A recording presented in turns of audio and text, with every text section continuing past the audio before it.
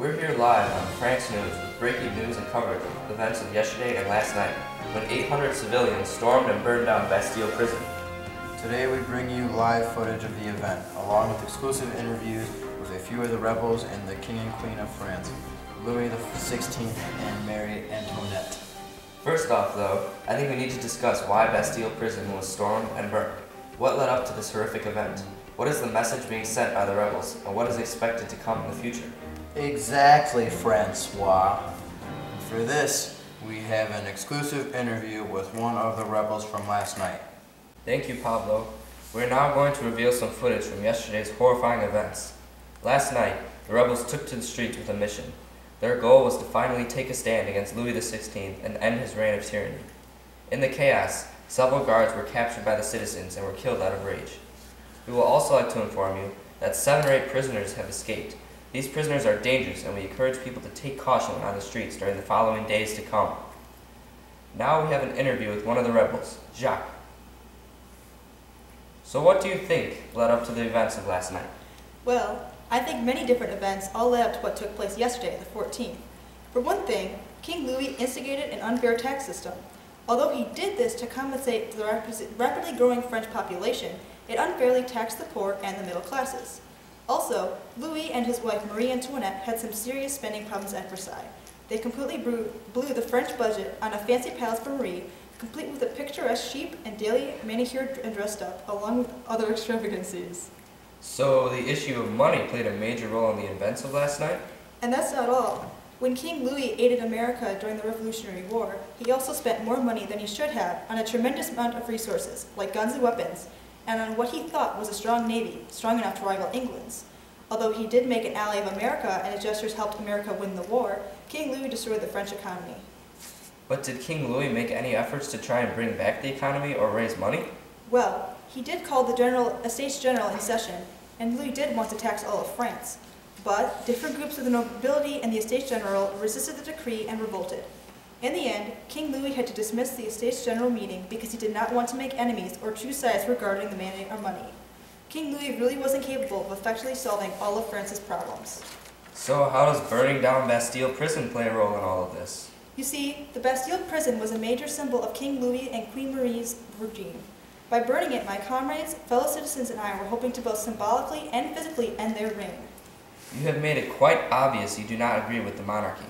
What direction do you think France should take in order to create a stronger government system? I personally can speak for most others when I say that the monarchy has to be stopped. King Louis XVI and Marie Antoinette need to be executed. It is really sad that France must resort to such a drastic measure, but I feel the rulers would not likely want to step down as king and queen. So do you feel that the current government system should be exterminated? What about any new laws or principles? Do you have anything to say on that topic? I'm actually hoping the National Assembly passes the Declaration of the Rights of Man and the Citizen. It ends the government based on absolutism and should establish a new system based upon rights, liberty, and equality. I mean, England has definitely taken steps to modify their government's authority. We should also be open to changes. The ideals of this declaration should help inspire other countries to follow in France's footsteps while working towards a more enlightened leadership. We're hoping this will be passed by the National Assembly in 1789. Cross your fingers, if we had any.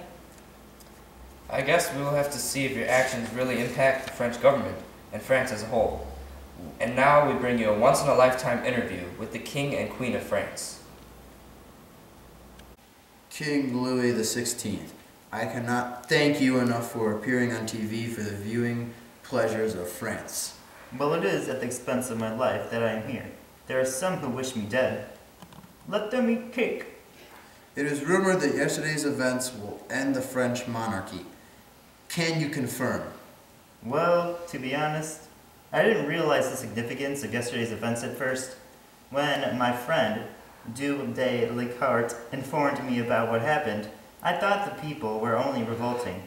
But de Lecart told me no, this is the revolution. And although I am afraid to admit it, I think my reign of absolute power has ended.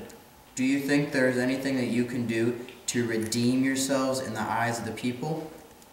I'm afraid not. When the rebels stormed and burned down the prison, they were trying to make a definite statement that power is not held by the king or God, but by the people.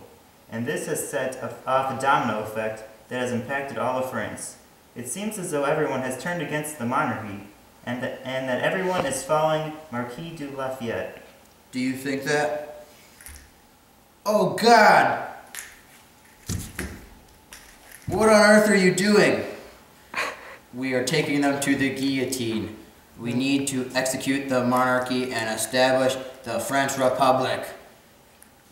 But those events aren't scheduled till 1793. Wow, sounds like some trouble up in Versailles. And I would also like to give a special shout out to the rebels that helped us get all of this exclusive footage. For Channel France, stay classy, France.